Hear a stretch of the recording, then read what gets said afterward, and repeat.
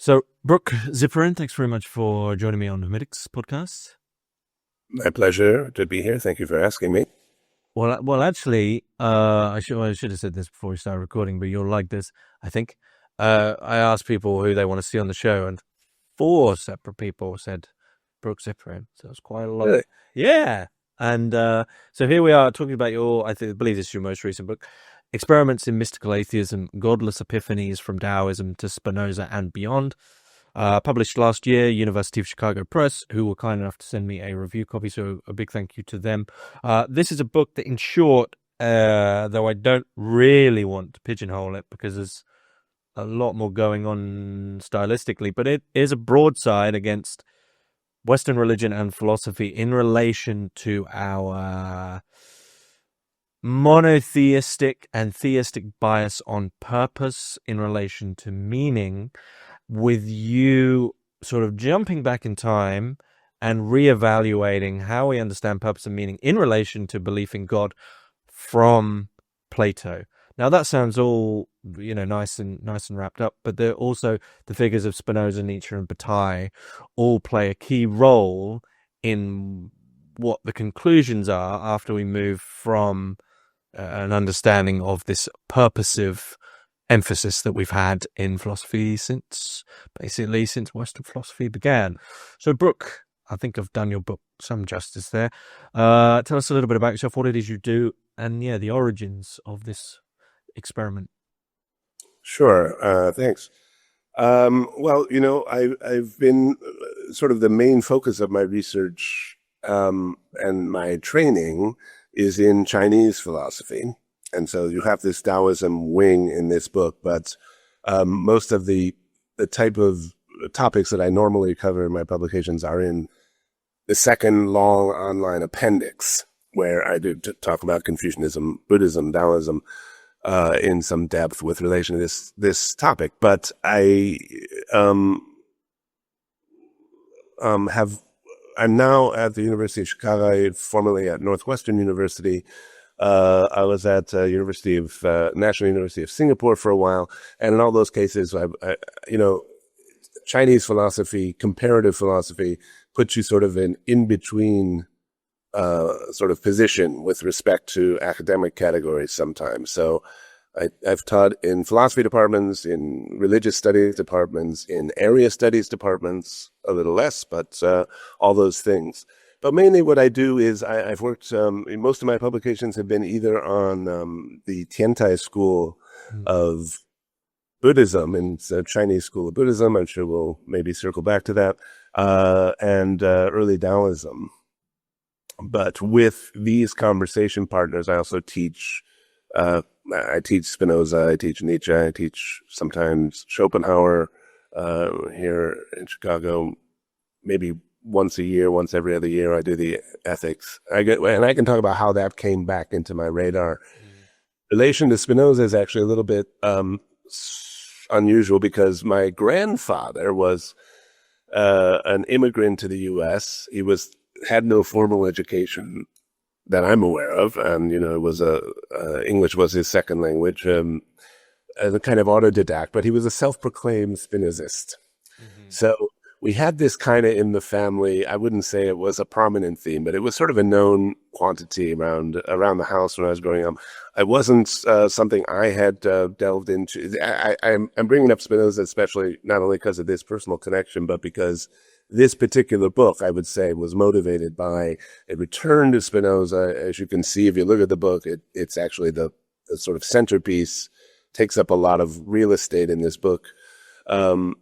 So about 15 or 20 years ago, some students came to me and wanted to do a directed reading of the ethics I alluded to in class once or twice. And so I had a sort of revisiting of close reading of Spinoza. And that was when I think some of the themes in this book started to come together. It started to allow me to re-examine my own intellectual proclivities, in particular my very strong involvement and attraction to Chinese philosophy, which had defined my career pretty much up to that point. So, and I can say more about that if you like, but if I really want to trace the origin of this, that I had a kind of atmospheric Spinozism growing up, filtered down through my father, who was not particularly philosophically inclined. But there was a revisiting and I would say after long involvement in Chinese philosophy, I started to come back to the Western canon, rereading play. I read all that stuff, of course, in college, but I had quickly sort of moved on to where my interests lie. And part of this was trying to understand why that happened. Why had I turned away so decisively in my own, intellectual, spiritual life, you could say, from these sources, and returning to them, I started to see a different kind of picture emerging. So it was a rediscovery of of a way to approach Western the Western canon, you might say, after really living and breathing the world of Chinese philosophy for 2 or 3 decades. What do you, I hope you don't mind me asking, what do you identify as? I try not to identify as, but I mean, I would say, my touchstones existentially, maybe I translate it into those terms, would be the Zhuangzi. You can't really be a Zhuangzian per se, but that text has been very decisive for the way I see the world. And then the Tiantai Buddhist way of developing, systematizing, working through some themes that, in my view, can trace back to exactly those things in early Taoism that had attracted me to begin with, And I can tell you what those are, what those have to do with the theme of value paradox, as I sometimes call it in writing, which means, you see it in this book, the non-dualism, specifically with respect to values, good and bad, and or good and evil, which is a theme that comes up right away in early Taoism. It's of course related to things like perspectivism, relativism, even skepticism, but that trajectory turns out, as I read it at least, to lead into these mystical terrains in the context of Chinese thought, where it is given free rein in a way that it was harder for me to discover in Western works. But in a way, this book, as you mentioned, Spinoza, Nietzsche, Bataille, of course, it's not really an East-West thing. It's more that there are structures in the language, in the tradition, that make some sorts of ideas sort of easier to communicate, more intuitive. They sediment in a way that gives them a kind of momentum, so that I think any way of thought is possible in any language, but the effort required to make it intuitive to oneself in that language of thought, in that traditional matrix, and then to communicate it in a way that's portable, right? Means that certain things kind of cluster almost statistically in different linguistic and philosophical systems differently. That's one thing I wanted to do with this book, which was, there are these outlier figures, like Spinoza, Nietzsche, Bataille. There are others, but those are the ones I really wanted to get into, who have, even in a certain way, it's even more impressive, more heroic, that within a system and a language and a conceptual schema that is sort of at every step pushing and sort of magnetizing in a particular way, sort of broke out of, in particular, this idea of nous es arche, or the ultimacy of purpose, and the sort of ultimate both teleology and mechanism that result, in my view, as I'm trying to argue in this book, from that, and the kind of moral dualism that tends to it. Okay, let's step back. True. To the Phaedo. Yes. And really, this seems to be the origination, I guess, of 3 things, which is Western philosophy, God, and also with that purpose. Yes, yeah, How do you read this moment really as the progenitor to the form of how pretty much all Western philosophical yeah. structures So, like? I'm attempting this sort of genealogical picture in the book, right? And as you say, it goes back to the Phaedo, and this incredible moment that I linger on there. And it's others have pointed it out. I say it in the book. Santayana notices this. Emerson notices this. That geez, we really have a prototype here in nascent form of a big shift.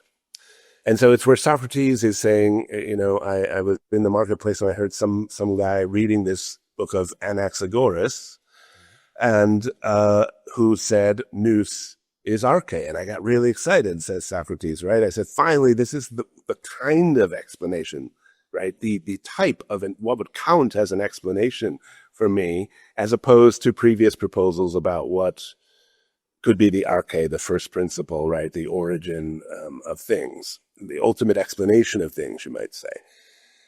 And it's a funny story because he kind of misunderstands Anaxagoras. He even says so, right? Oh, I thought he was going to follow through, but he didn't really follow through, because I thought, says Socrates, if it's not fire or water or air, and the other big one, of course, I want to talk about is aperon, right? Aperon, the boundless, which is the Anaximander suggestion for the arche, for the first principle. And I'm in passing in the book, we bring it up. Like, this is a moment where the Chinese side and the Greek side almost come together.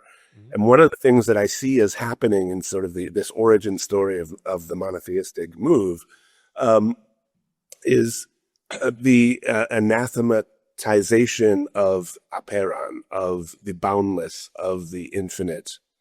Okay, and all the things that were associated with that in early Greek thought after Anaximander suggested, the formless, right? This is the Taoist move in sort of sprouted form there. But what happens with this Anaxagoras, at least as interpreted by Socrates, is that is decisively rejected. And you could point to, Parmenides, Pythagoras all have a hand in this. Parmenides with the attempted, the aspirational duality of being and non-being, even if it's doomed to failure, it's what was wanted, right? And the elevation of ratio of form over formlessness that you get in the Pythagoreans, I think these are also big pieces here. But they come together in the way Socrates reads Anaxagoras, which is, he says, it's very telling, right, that passage, because he then says, well, if nous is arche, nous always would dispose things for the best. And he's, of course, extrapolating from, and by the way, this is a theme that goes back, I'm kind of echoing Nietzsche's discussion of Socrates back to Birth of Tragedy, and again in Twilight of the Idols, the opening section of that, where, the controlling the executive function of the individual is sort of projected and writ large to the cosmos, right? So purposive activity is how Socrates is interpreting what nous, mind or intelligence, means there, which would mean in normal, we do things intelligently, means we are coordinating means to ends. We have an end. We are trying to do what will most efficiently accomplish our ends. But there's a lot of different nous's, right? A lot of different minds. So I have my good and you have you good. But if the first principle is a nous, is a mind, it would be acting like our minds do for us and arranging everything to the best of its ability for the good, right? And that being, Socrates literally says this. He says, if I wanted an explanation of why, the sky is blue, I shouldn't ask about fire and water or atoms in the void. I should ask, why is it good for the sky to be blue? Mm-hmm. What could mind have intended here, right? And of course, in modern philosophy, you would say, I'm looking for the reasons and not the causes, right? The thing that motivate, right? Which is to say, and Socrates says it, he says, it's as if somebody said, why are you sitting here? And then someone were to answer me by saying, because my bones and ligaments were arranged in a certain way, right? That's not the explanation I'm looking for. So once that move is made, and then, as I said, Socrates goes on and says, but then I read on, I went and I got Anaxagoras' writings, and then as I was very disappointed. All my hopes were shattered because it turned out he was still giving the kinds of explanations of the previous philosophy. He wasn't following through on this principle. So in this book, I'm trying to read the whole sort of Platonic, this is a huge claim, of course, but let's just say an experimental way of reading Plato's various experiments in various periods of his career to follow through on and sort of make good on what it was Socrates was looking for but couldn't find in the claim that nous is arche. Namely, that purposivity or the good, right, are what actually rule and are the ultimate ontological and the good, the ultimate axiological principle of all things, right? So you have the theory of forms, that's one attempt with the form of the good at the top. You have the demiurge and the Timaeus. It's another kind of creationist picture but there you have it, right? There's a nous arranged in stuff, right? And you have, ways of trying to work through details, I would say, in other dialogues, anything all the way up to, I would be admittedly hard pressed to try to go dialogue by dialogue and work it out. As a working reading of here's Plato changing tack again and again, right? And the Timaeus had a really huge influence in Middle Platonism and in a lot of later theorizing, even though you could look at it as kind of an abandoned theory within Platonism at a certain point. He doesn't revert back to it often thereafter, but it's popped out there. And what I'm saying in the book is not really that Plato invents monotheism. I think it's more, this may go by a little fast in the book, but, it's an idea you find also in Bataille in the Theory of Religion book, which is, and I think this is empirically pretty intuitive, seems about right? Which is some picture of a big deity, a big G god, the king of the gods or sort of the main deity shows up in a lot of places, maybe almost everywhere, maybe not everywhere, but, and particularly when you have a centralized institutional state, right? That's, the king of kings is modeled on this. But what does not, and again, I'm coming out of the Chinese philosophical tradition. And what you notice there is, of course, they have that too early on, and it's involved in politics. It's a sponsor of the state. It's related to the ruling house in some way, right? And it's somehow, they don't quite make it a creator, but it's certainly the controller, right? The ultimate source of it. It's called heaven or Shangdi, the Lord on high. But what happens is, as soon as you get sort of an intellectual class, philosophical class tradition emerging, is it quickly gets sidelined. And within a couple of centuries, nobody's really taking it seriously. And this is where you get, this whole project, you could say, began when, again, it was going back to the Greeks and just noticing after spending so much time in early Confucianism, early Taoism, pre-Han, pre-imperial Chinese thought, how often the early Greek philosophers are talking about gods. Socrates has a daemon, right?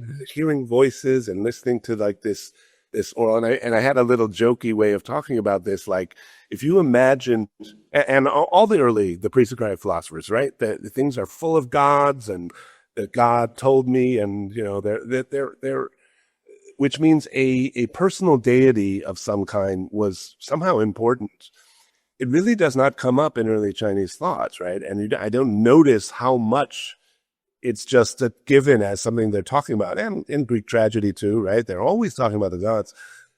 So the joke about this was, if you imagine colonialism had gone the other way and you had sort of Chinese ethnographers going to Europe, you could imagine their first sort of, overgeneralized kind of, Occidentalist assumption would have been, there must be something about alphabetic languages that makes people have oral hallucinations and take them as somehow authoritative. Something about the fact that the script, Chinese script is not phonetic. So maybe it's something about the phonetic script that makes like voices be heard, and people think those are really important. Okay? Because that's not a thing.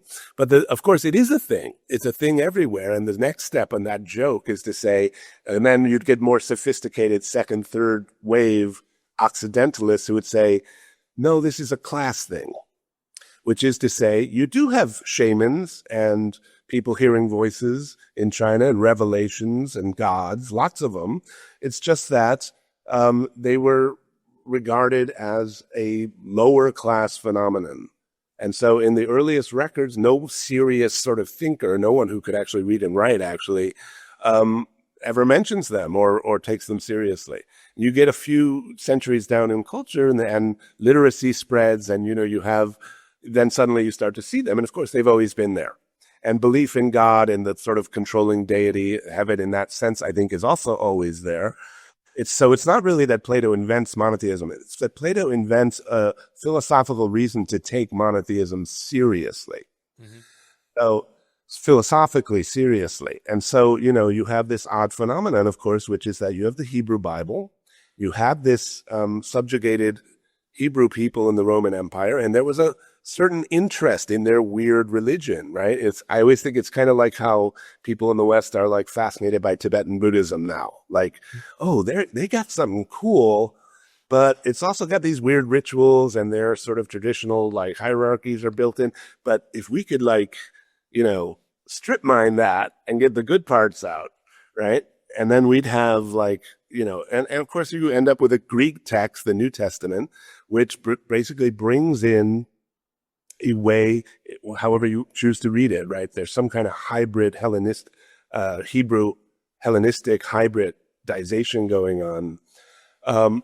So I think what made that, sort of sustainingly of interest, and why that was a need to create something like that, why that would be appealing, right? We get the monotheism, which, already in Plato, he has trouble with the Homeric gods. We want the God thing, but we want the God. And talk about Jean-Luc Nancy on this topic in the book a little bit, right? That's already a kind of push away from the old gods, but what he uses to replace it with is the God, which I take to be like the nous that's supposed to be arche. Mm-hmm.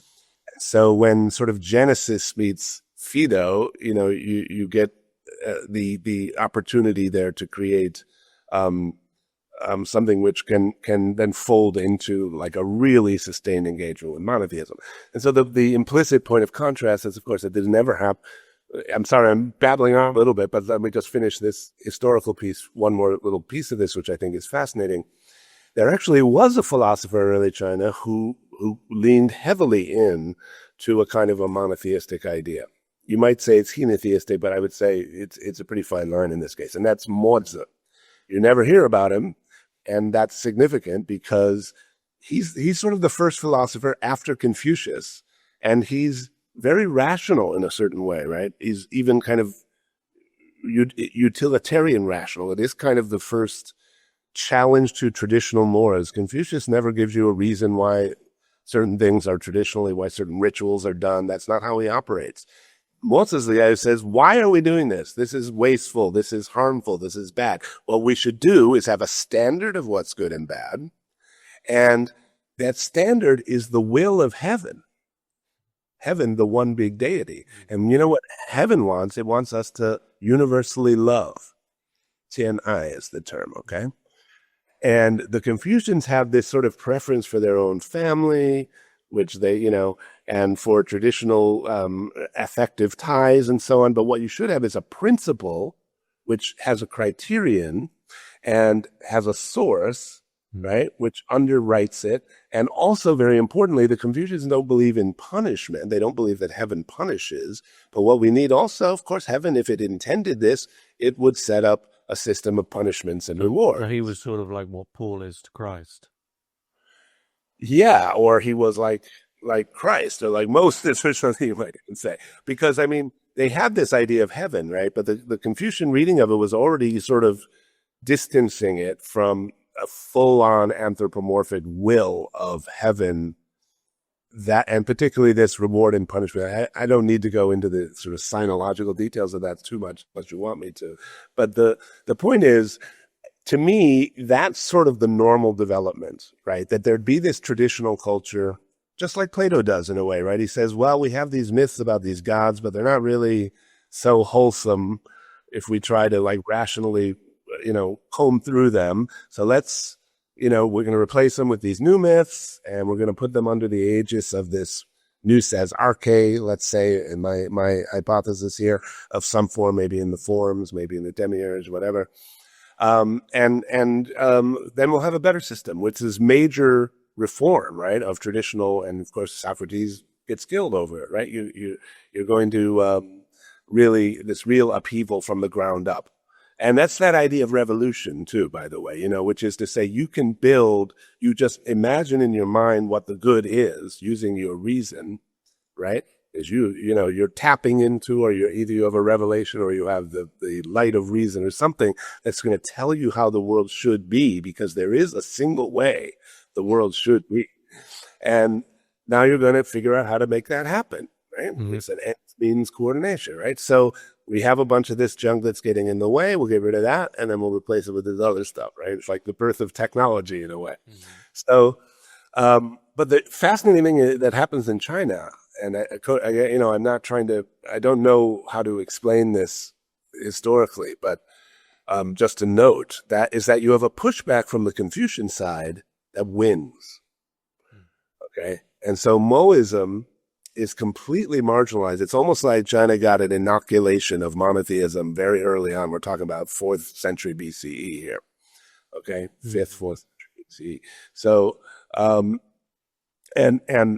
this is that the pushback that comes with another big theme that you find in this book, which is this term wu-wei, non-doing or non-intentional or non-purposive action, which is in a way a pushback to the whole against the whole idea of recognizing a standard or a being that has a clear purpose in mind, right?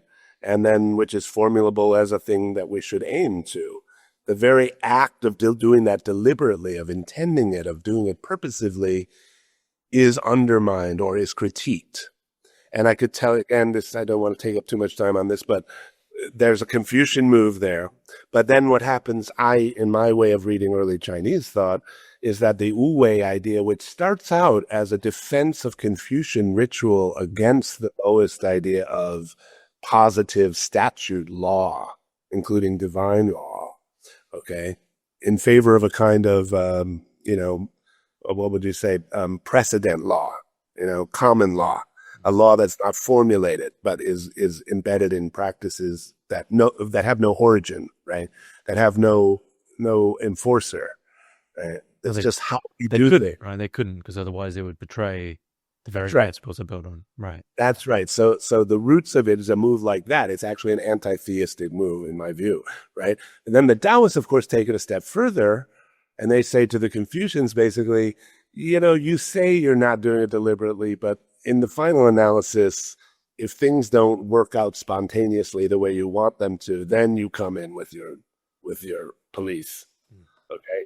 So let's really follow through on that. So this is why I say Tao as the opposite of God in the book, right?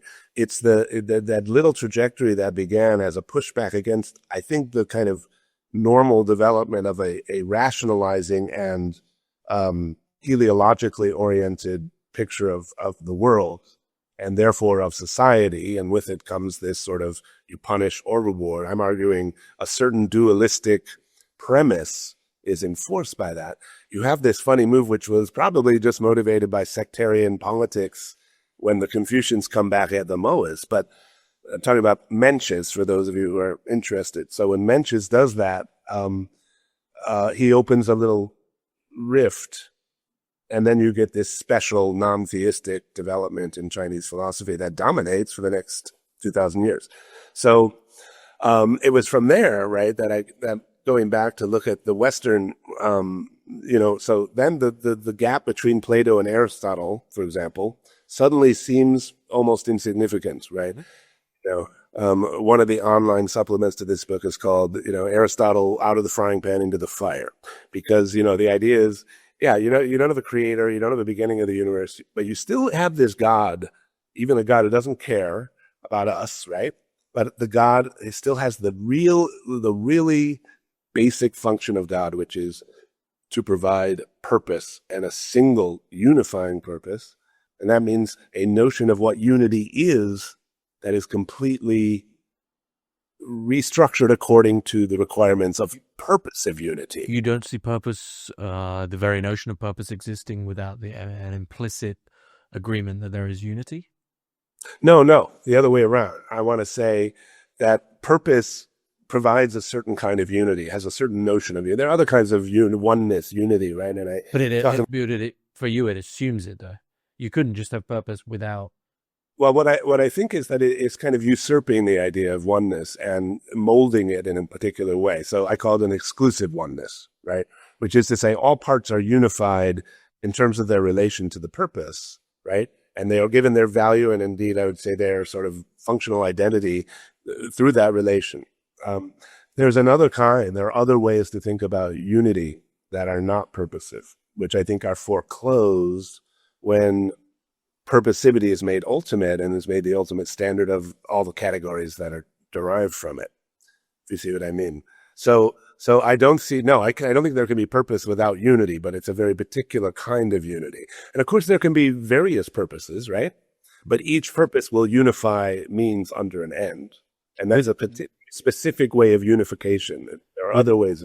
Within that framework, is it not the case then also that purpose as assuming this usurped kind of form of unity, that also within that, the idea of purposelessness in relation to purpose equally holds up the unity? Equally holds up the unity. Yeah. Yes, exactly. So, you may remember there's a section in the book called The Great Asymmetry, right? So this is about this relation between purpose and purposivity. And of course, it would be absurd for me to be arguing against purpose. I'm not doing that. But what I'm trying to get at is there's a relationship of, you could say, ultimacy and non-ultimacy or kind of dominance. Which one of those two is made ultimate or on top or foundational?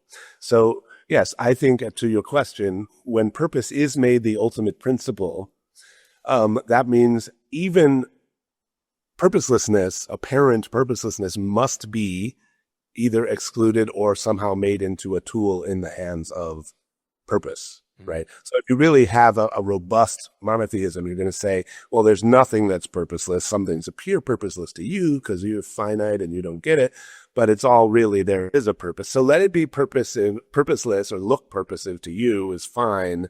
And, I even talk about sort of compensatory theism, right? Which would say, in fact, not my will, but thine be done. Like I'm going to renounce all my purposes. Superficially, that looks a lot like Taoism, right? Because what that does is say, you're going to relinquish control. But of course, you're positing this ulterior locus of control that you're handing control over to. Control, purposivity, and all the structures that go with it are still, baked in to how you are going to be perceiving reality there. So, but whereas if you turn that over, right, if you say, of course, there's purpose, there's illimitable purposes, but no single purpose can be the ultimate purpose that unifies all purposes, nor all purposelessness or, chance or, disjunction of whatever kind. So if purposelessness is ultimate, you get a proliferation and you might even say an enabling of purposes and the multiplication of purposes. This is not all a picnic. Maybe this is why you felt some kind of angsty thing in the book, but because of course multiple purposes contradict each other, right? They contravene each other. But it also means if we are in a system where purposelessness is ultimate, there is a dimension of purposelessness that pervades or grounds every purpose, even as it's experienced almost an internal otherness in it. And this is another reason I particularly esteem what Spinoza has done, because what you have there is, yes, an ultimately purposeless horizon, which gives rise to, in fact, is only present as this sort of infinity of conatai, endeavoring modes, which each is in fact its own purpose. I mean, there's no place in Spinoza's universe devoid of purpose, actually, but there is not one unifying purpose. Every mode is striving to continue its own being. And what that means, given, I try to argue in here, given the finitude of that being and the infinitude of external forces and illimitably new situations, striving to maintain itself will always be also striving for all kinds of proxy objects, desires, mini goals that it sees as enhancing its power to act. So it's also the new. I mean, this is, I think, often missed in the reading of Spinoza. Well, the question that interests me there in relation to purpose is actually the word that interests me there is the word "it's." I mean, what is it? Isn't this an assumption, especially someone such as yourself from the background in Chinese philosophy? Isn't this an assumption on the part of something such as the self? So this ends up a discussion, because to go back to your idea, like from Plato, the nous in miniature as man, as this reasoning being, becomes the God. Isn't that exact same form of the self? You could call it the purposer, right? But yes. But as we move to, again, I don't want to do the whole, I've had Jay Garfield on the podcast, so he'll hate me for doing this. But to the east, in no self, doesn't this become a discussion of that? I mean, someone like Krishnamurti would say the thinker is the thought. We could say, the purposer is the purpose, right? So what happens then when you begin to investigate that? Yeah. So So that's a great question. So I mean, if we go to here's one of these points with Zhuangzi and Spinoza can both help. There's an interesting thing that happens. You notice, yes, the Buddhist case, of course, is the strongest and the most thoroughly worked out case of sort of the non-self hypothesis or view worked out to the last detail. So as I said, that goes through many twists and turns, and to me, this is extremely convincing. And so, the Tiantai version is the one I especially work on. You have to say this about it. So don't let me forget. I want to go back to Zhuangzi and Spinoza on this, but the first about that is another consequence of this non-ultimacy of purpose, and with all the baggage, the Parmenidean dualism of being and non-being, for example, that goes with it, right? The dualism there is that the negation of X right from the beginning, and there may be linguistic reasons for this too in these early Chinese sources, even before we get to Buddhism, always means the exclusion not only of X, but also of the absence of X. Okay, so when Zhuangzi, for example, says the true man has no self, he means not that there can be no selves, he means that there's no fixed self or no definitive self. So there's selfing, if you like, going on all the time. But they don't unify in this particular unilateral sort of purposive way that would exclude certain selves, right? Because that's what purpose does. Purpose must exclude. Yep. Purpose, by its nature, is to say it's this, not that, right? In other words, I want this. It's desire, basically, right? To go back to a more Buddhist-sounding way of talking about it, which is to say, if I want something, I'm either going to be satisfied or not satisfied, and my criterion for judging is a strict yes or no. Right? I got it or I didn't got it. I'm still hungry or I'm not hungry anymore, So if that starts to structure the picture of the world, you're going to have sort of dualisms all the way down, including just judgments about what something is, judgment in the sort of, Kantian sense. So, when you have a negation, right, one of the moves that is distinctive, particularly in Chinese Buddhism, but I would trace it all the way back to, look, even Confucius says, and I'm not going to use Chinese ones, but uke ubuke, which means nothing permissible, nothing impermissible. Now that's a crazy thing for a alleged moralist to say, right? There is nothing permissible for me. There's nothing permissible or impermissible. What he means is there's nothing always permissible or always impermissible. That's why you cannot formulate a moral system or a moral law.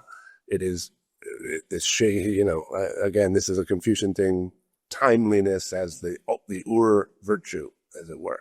So, but the point is that the negation of the negation, if you prefer, right, is to say you cannot, if you have anything definitive, anything that can exclude anything else, that's a being, that's a yo, that's a something. So if I say no self or I say nothingness, what I mean is not the exclusion of being.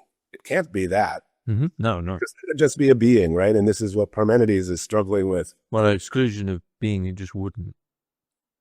Yeah. Well, it wouldn't be part of the conversation at all, right? You couldn't mention, right?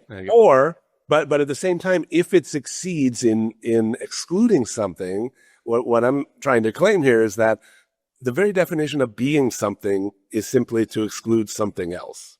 You can get this right out of, Hegel's logic, of course, takes this up in its category of Dasein, which is to say something.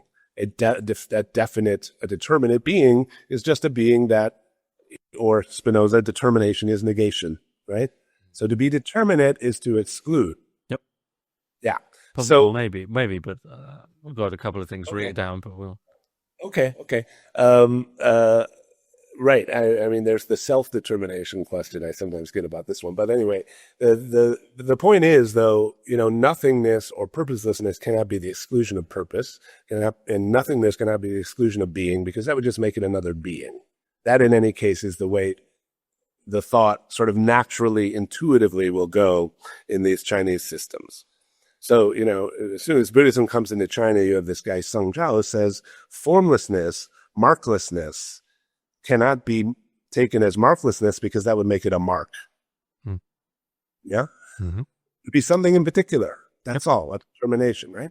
So what is it then? It's this infinite proliferation of alternate, later intenti intersubsuming determinations, which are inexhaustible, right? Infinite meanings, but not meaninglessness. Of course, leaning into that requires a certain training, maybe, this is it's a good time to bring this in. Actually, I mean, it's funny because it's one of the overlooked Platonic dialogues where they don't. Parmenides. No, not Parmenides. Yeah. The opposite in a way, because what's coming to mind is Heraclitus, but what's really coming to mind is probably my favorite philosopher. There's only two lines of him in existence, which is Heraclitus's radical student Cratylus. Who Heraclitus says, we can't step in the same river twice. Right. Cratylus says we can't even step in a river. And when they ask him what can be, when Aristotle or someone writes this down and says, well, what can be said? He just waves his finger. So what stops all this, what you just mentioned, falling into that, yeah. Well, look, I guess what I'm asking is, what stops infinity transforming into that sort of mystical silence of Cratylus. Because silence would be another definite negation, right? Which would mean, and it's already in the Zhuangzi. Zhuangzi says silent all day and speaking all day, both simultaneously. That's always where we're going to go with this, which is to say, if you really said there's nothing that can be said, and how this will develop, and maybe Jay talked to you about the two truths, right? Conventional truth, ultimate truth in Buddhism, right? Maybe. I can't remember. Okay, well, I mean, the way that sort of comes out of India is to say, in Madhyamaka, which is Jay's sort of focus, is to say, the ultimate truth cannot be spoken. So there's your Cratylus sort of moment, right? Nothing can be identified. There's only mystical silence. We're beyond all views of how things are. But there's also conventional truth, which has this heuristic use, which is to say, we need to be able to, the Buddha and a bodhisattva, out of compassion, needs to be able to communicate with other beings to teach them how to reach silence. And to do that, you need conventional speech, because the Buddha said I and you and cause and effect and all these words, right? He couldn't teach Buddhism, right? He couldn't teach how to become an arhat without that. And then he made up these other special words like nirvana and the Eightfold Four Noble Truths. Now, those aren't ultimately true. Those are, and the image used in Buddhism is a raft, right? It says, look, it's like all Buddhist teachings and all these words are like a raft. You have to cling to the raft when you're crossing the river. If you let go of the raft, you're lost, right? Yeah. And you'll never get to the other side.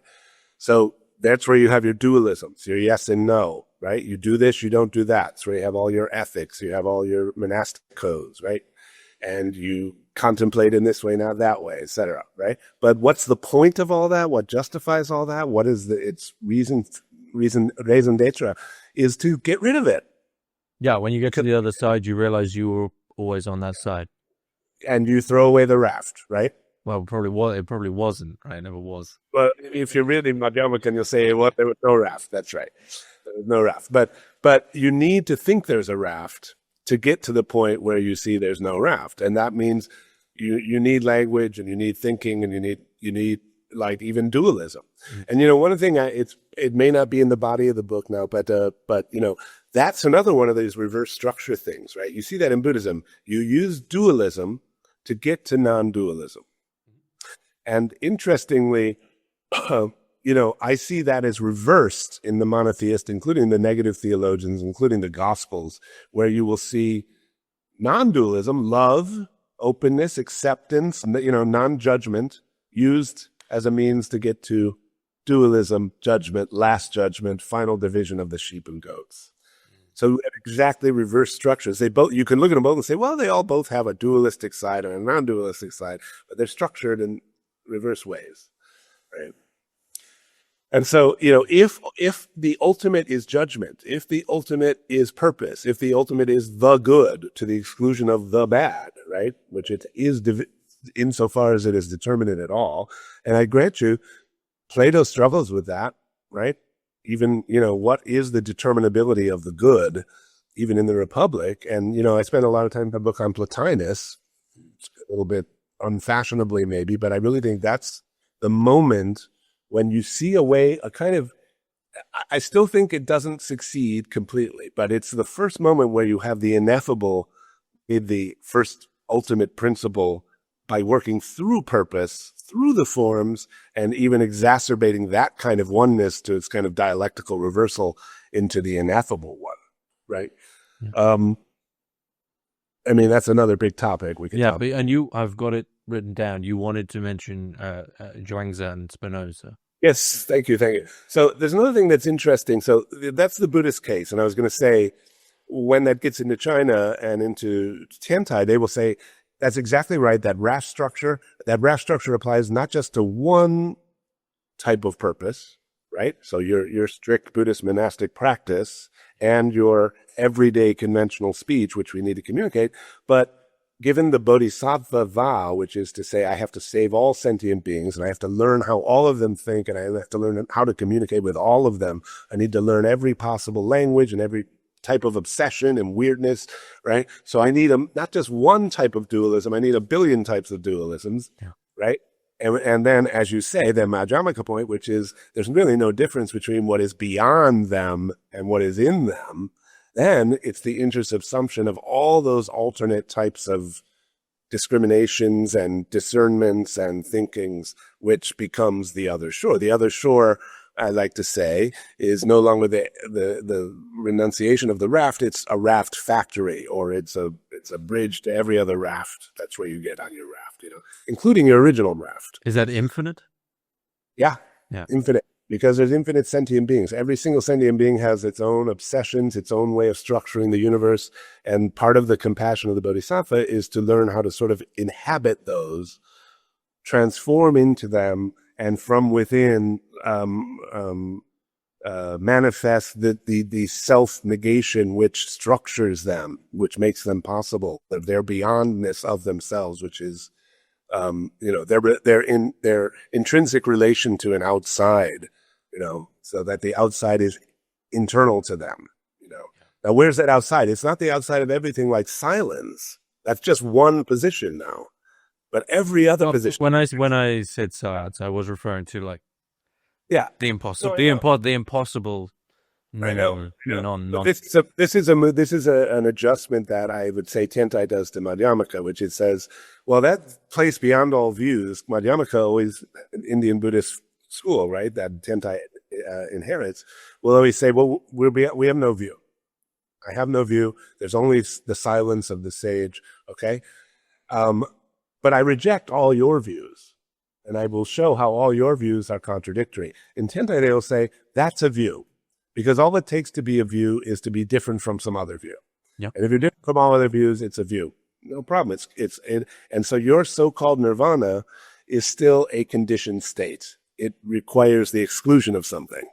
And that, by definition, is a conditioned state. And that, by definition, is suffering in a Buddhist context. Okay. And this, it does relate exactly to Zhuangzi, because what you have in Zhuangzi is this perspectivism, this idea that just in taking a position, I'm positing an opposed position because I'm defining my position against, to the exclusion of it. But in so doing, I have sort of a virtual inhabiting of the opposite view. So my view and the view I'm opposing, I'm actually in both views. I mean, that's why I said Heraclitus, right? All opposites are one. Exactly. And now this is going to ramify, right? So you're going to say all views, all perspectives, they're actually all implicit in my own view, which opposes them in the form of the opposition. But that second order sort of consideration of them then changes the relationship between them. And I was going to say, before Buddhism shows up, many centuries before Buddhism shows up, you have Zhuangzi saying, I have lost me. Okay, I've lost myself. Okay, as this sort of description of this mystical state. And on the one hand, it's that my perspective now always is positing its other and flipping, transforming sort of imminently, just by being more itself, it's spreading out into everything that opposes itself. Okay.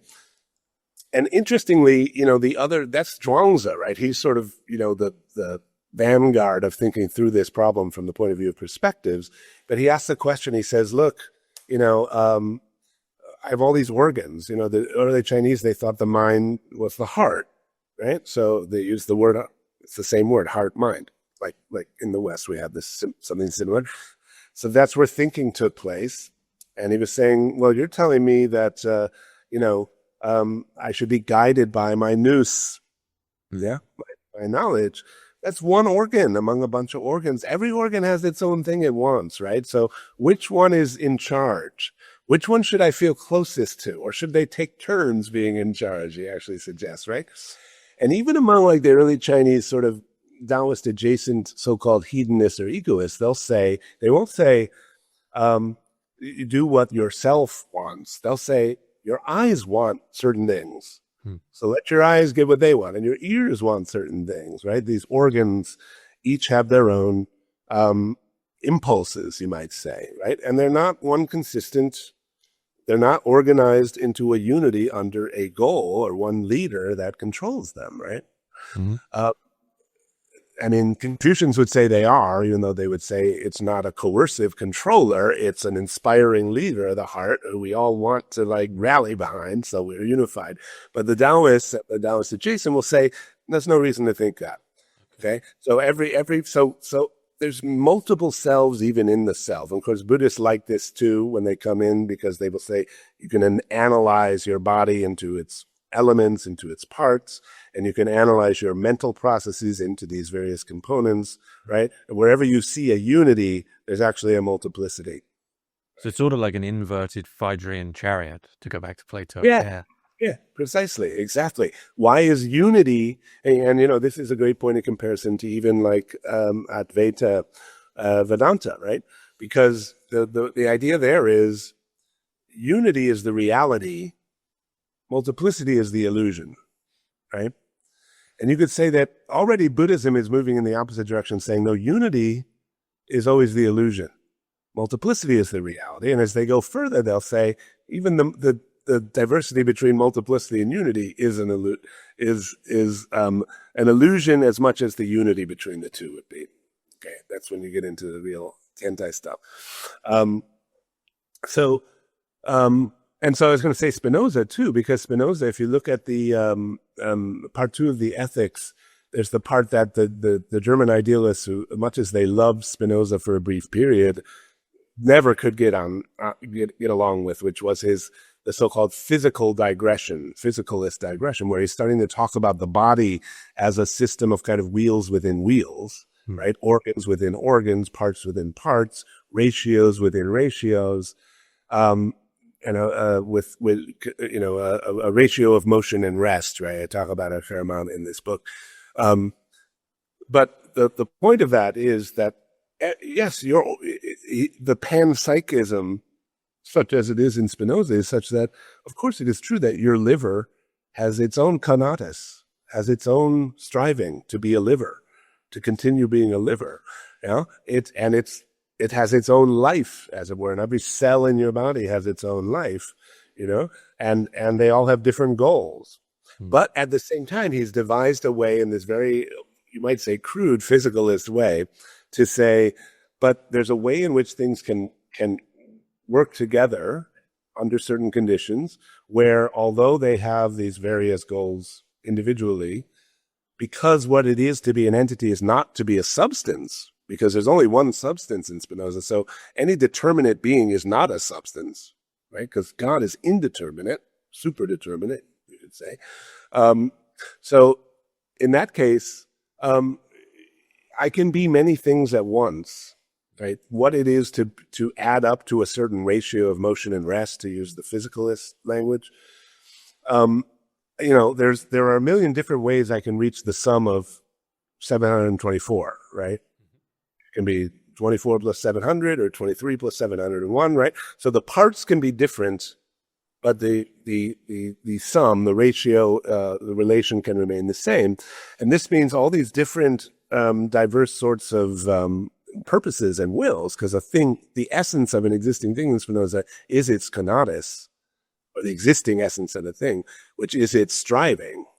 So it's striving to be a liver, but in so doing, it's in this relationship with the other organs of my body, which are striving to be Brook right now, right? And so, it's very interesting. I think it's Ethics 2, definition 7 says, I will consider an individual thing to be any time that several things are working together for a common effect. That is enough to count them as an individual thing. And of course, that means this is a big Deleuze kind of theme when he reads Spinoza, right? That these things can enter into different relationships and be parts of different assemblages, right? And where you would cut a boundary and say, this is one thing, this is another thing, this is one body, this is another body, is going to be very fluid, right? So no self, I guess, going back to your original question, plays out in several different ways as we look at all of these thinkers, and they don't necessarily exclude, they don't necessarily land in selfless in the literal way. In fact, I want to say quite the contrary. It would be the explosion of multiple selves. It's going back to this sort of bodhisattva picture where you need to be able to be, I mean, Zhuangzi will say, now he's a horse, now he's an ox, now he's a butterfly, There's a shifting transformation of identity going on. And that's non-self, right? Not the exclusion of selves, but the power to enable the production of cells, which is to say ways of unifying, right? And this form of sort of infinity for you, this infinite meaning, if you will, becomes synonymous, you say, this is your conclusion, spoilers, with inescapable pain. Yes. You look very gleeful when you say that. Well, I'm glad you asked that. This is why I was excited to talk to you, because you're sensitive to certain types of issues, I think, that maybe some readers wouldn't be. So, yeah, it is in this sense. So, I mean, the conclusion, of course, comes as maybe as a little bit of a left turn, right? Because yes, infinite meanings has been what I've been saying throughout, this is what religion is to provide, and why I want to say thoroughgoing atheism is the true religious impulse fulfilled in a way. Which is to say the breaking out of particular boundaries of the finite, or the immanence of the infinite in the finite, but not a single infinite. That's another thing I wanted to say about God, kind of usurpation of the notion of infinity. Another of your great questions was, how does your view of monotheism change if you do trace it back to this Phaedo? Well, this Phaedo nous as arche thing, it shows you that, to my view, that the point of the theistic concept qua purposive was the exclusion of apeiron, of the boundless, of the infinite, of the formless. And so when you later in monotheistic theology get a kind of wedding of the idea of infinity to the idea of God, it's a kind of grafting, almost a square peg in a round hole.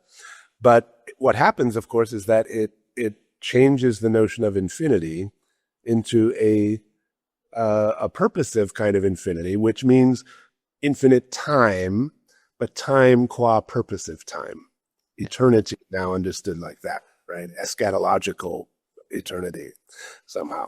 But anyway, that's a side point. I want to go back to your great question. The idea there is that, look, insofar as we are finite desiring beings, right, we do want a yes or no. We want it one way or another, right? We need, just on the most basic survival hunger level, it's got to either be food or not food, right? It's either got to nourish me or not nourish me. I'm either, starving or I'm getting fed, right? So I want a definitive outcome. That's what a desire is, right? It's a demand for a particular outcome to the exclusion of some other outcome. So I have a drive to disambiguation built in just to maintain myself as finite. And, the part of what's going on here is to say that's unfortunately impossible, right? You can get things under control to a certain extent, and you try to put the controller at the source of things. You can then sort of imagine that, well, ultimately things do have a single identity. If I can just find the right one, I can find the good, right? Then it'll stay good, right? It's got to align with the manufacturer's, instructions, right? And then I can say, well, in the end, we're going to get a judgment on this, and it's going to say it is definitely sheep or goats, whichever one or the other, right? And my deeds and my thoughts and my intentions and myself, all those things are going to get sorted, right? But I want to claim that if we don't make that move, right, and again, Buddhism, Taoism both have great resources for this, but I would argue also our friends in the Spinoza, Nietzsche, Bataille line there will want to say, yeah, but this is always going to be an unstable, illusory, sort of controlled continent, bordered, boundaried thing. And it's not going to be. This is why, early Buddhism says all is dukkha, all is suffering. Why? Because you only have dependent co-arising. So dependent co-arising means you always have multiple causes, never one cause creating something, but also multiple effects. So you wanted this outcome. There's always unwanted, unintended consequences that are going to be something that is not what you wanted, right? So the pain is unavoidable, right? I prefer, in talking about Buddhism, a sort of maximalist reading of the suffering word. I don't want to dampen it down. It means no matter what you want, and how well you attain it, it will not be what you want, right? Because no thing just is what it is, So, so it's always, sprouting and turning over and has its own opposite in it, etc. Right? So you try to spin it, you try to enjoy it. It is, by the virtue of doing that, it has already changed, right? So, infinite meanings. That's why infinite meanings means pain, right? Because I want this to mean only what sticks to the stuff I wanted it to, what were the things I wanted it for when I identified it as this thing, right? But that always fails. However, the reason I looked so gleeful when you asked me that is, the Kentai move here is so moving to me, because really what they will say in their drilling down on this sort of identity of opposites, this sort of Heraclitean theme, is to say, well, actually, dukkha, suffering, universal suffering, is the same as the Dharma body, the absolute, the ultimate, the realization of a Buddha. So, and this partially has to do with, there's several ways into this, but I mean, the very universalization, the very recognition, this is in the book, I do touch this right on that very little point about the mustard seed, right? It's an old Buddhist story, right? Woman's child dies, she goes to the Buddha, says, bring my child back to life, right? And he says, sure, easy, just bring me a mustard seed. It's that easy. It says, okay, but it's got to be from a house where no one has died. So she goes around, right? And that structure is what we really get played out in Tiantai. What structure? That the bad, when universalized, when seen to be absolutely inescapable, so that it has no outside to which it can be contrasted, flips into its opposite, right? Is the solution to that problem. So the universality of suffering is the end of suffering, is another way to put it, right? The infinity of meanings, the sought for infinity, which one was mistakenly seeking in control, right? Which is to say, which had its proxy objects, which were like, well, if I can attain what I want, if my desires are fulfilled, it proves that myself is real and is a soul controlling cause that can get what I want, right? Because you don't want what you want to be able to get what you want, right? The thing you want, if you couldn't get rid of it, would be a nightmare, right? Yeah. So you want to be able to have it or not have it. You want to have control over it, right? And what it is, and if it transformed into something else, right, those would all be a nightmare. So it's exactly that. The unity of infinite meanings as both the problem and the solution to the problem, right? Which is to say, of course, having to lean into it and really see it as inescapable. That's what that mustard seed story is about, right? If you think there's any one exception, and this is another reason a problem I have with the theistic approach, and many metaphysical approaches, though not all, is to say, going back to the Vedanta point, if you say everything's illusion, but there's this one thing that's invisible, which is not an illusion. It's the ground of reality. It's God, or it's the Godhead or something. Then illusion remains sort of an insult, a put down. It's something bad, right? Because it's contrasted to some other possible way of being, right? But if the Buddhist scriptures are great on this, the Prajnaparamita scriptures. I'll say, yes, your body's an illusion, your mind's an illusion, the Buddhist path is an illusion, the Buddhas are an illusion, nirvana is an illusion, and this is the real point, the great line where it says, even if there were something beyond nirvana, that would be an illusion too. And that tells you this is a transcendental condition, right? It's not just things happen to be illusions, but they could be otherwise. It's for anything to appear, to be present, for us to be discussing, ipso facto means it is an illusion. Because determination is negation, is conditionality, is non-self, is lack of self-nature. So, the point there, though, the way this is taken in the Tiantai move is to say, once everything is illusion, that means everything is real. Just now that real means something different.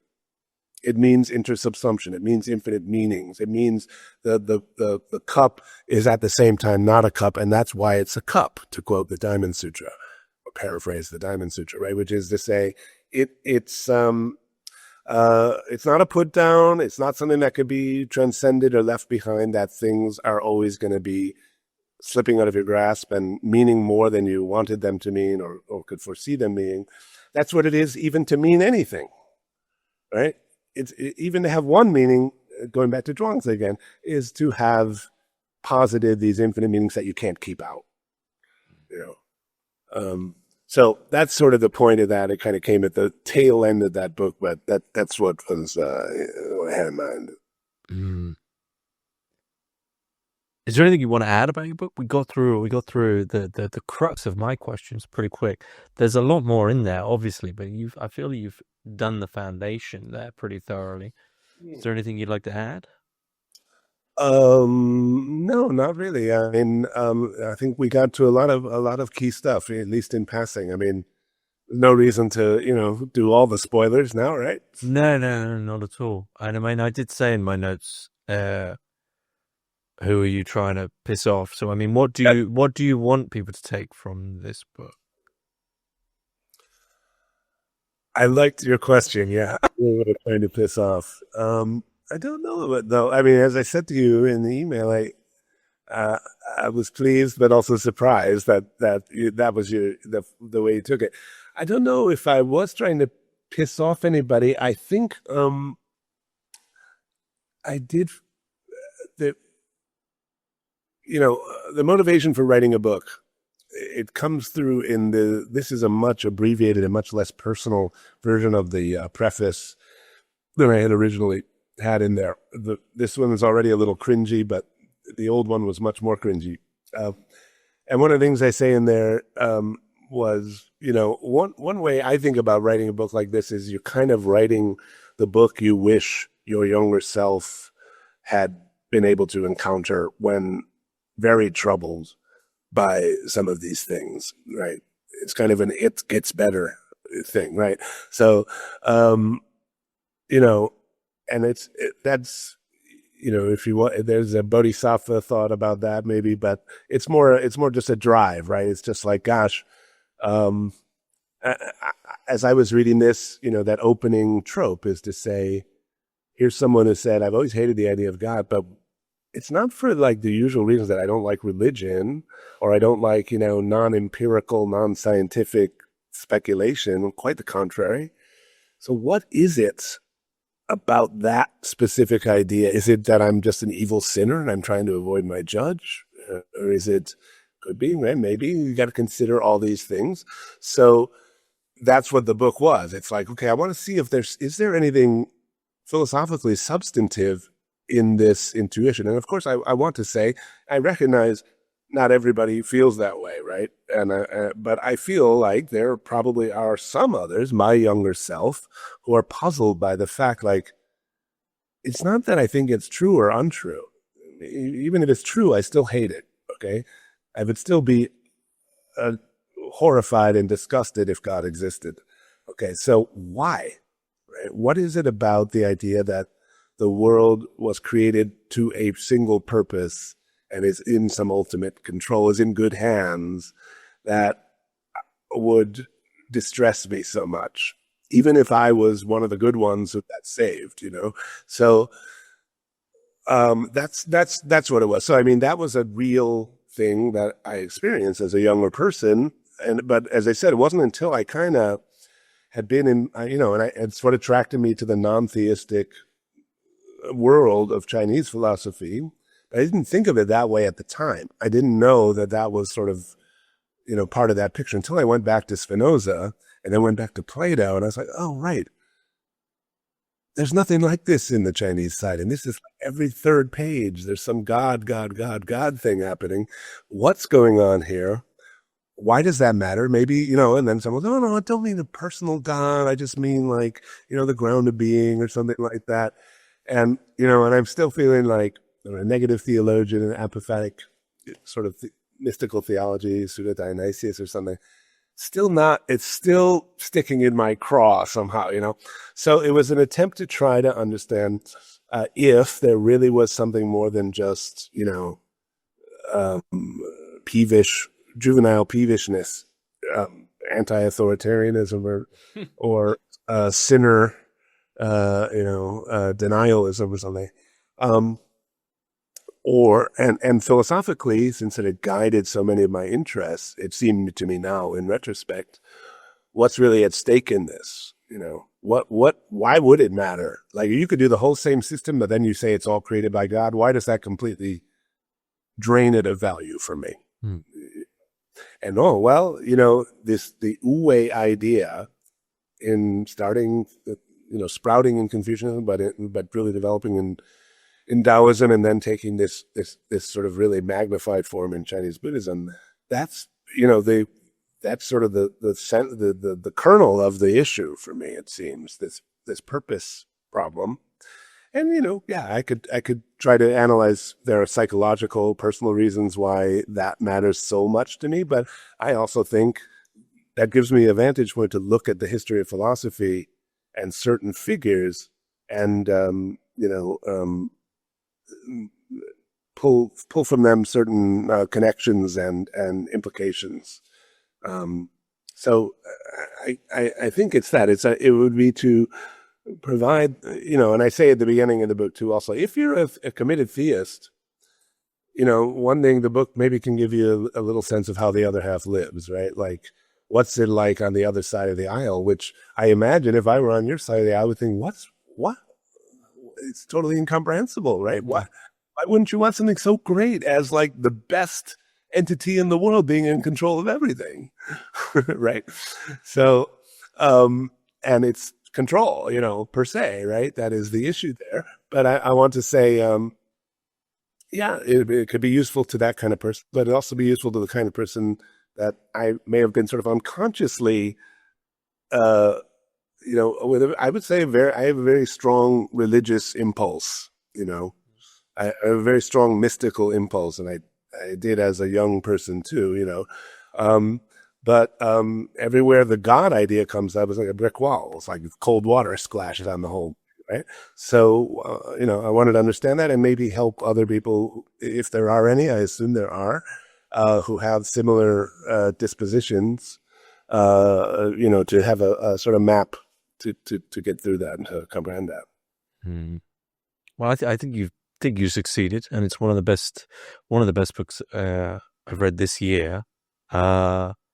Which reading a lot, so I can't say what that's on. What are you working on now?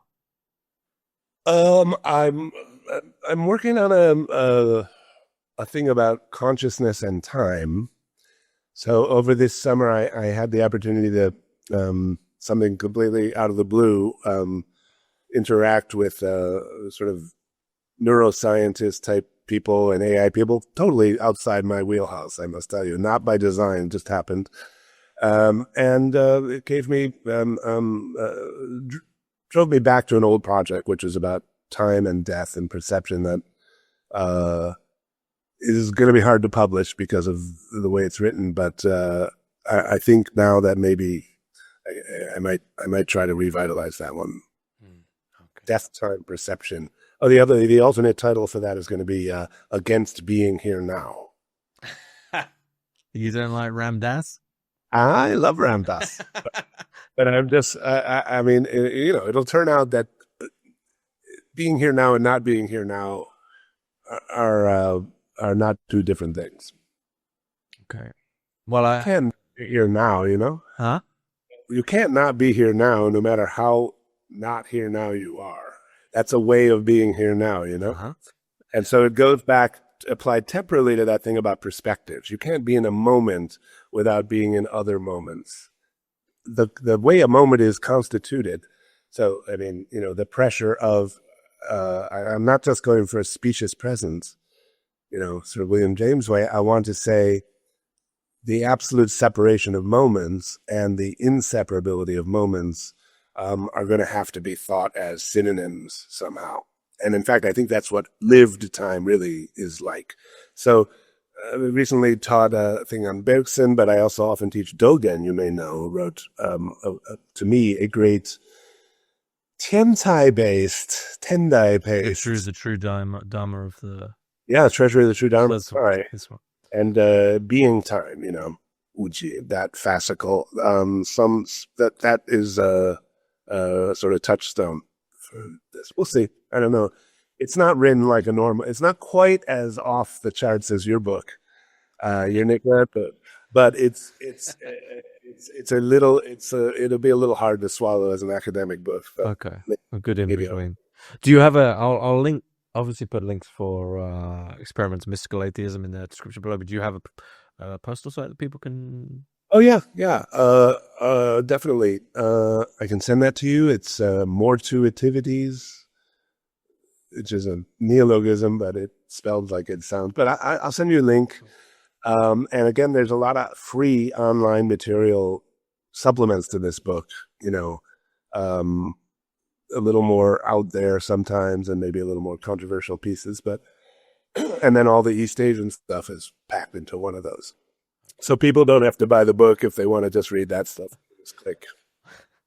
Well, I'll be sure to put the links for all of those things in the description below, but it's a good place to finish up. Brook Ziporyn, thanks very much.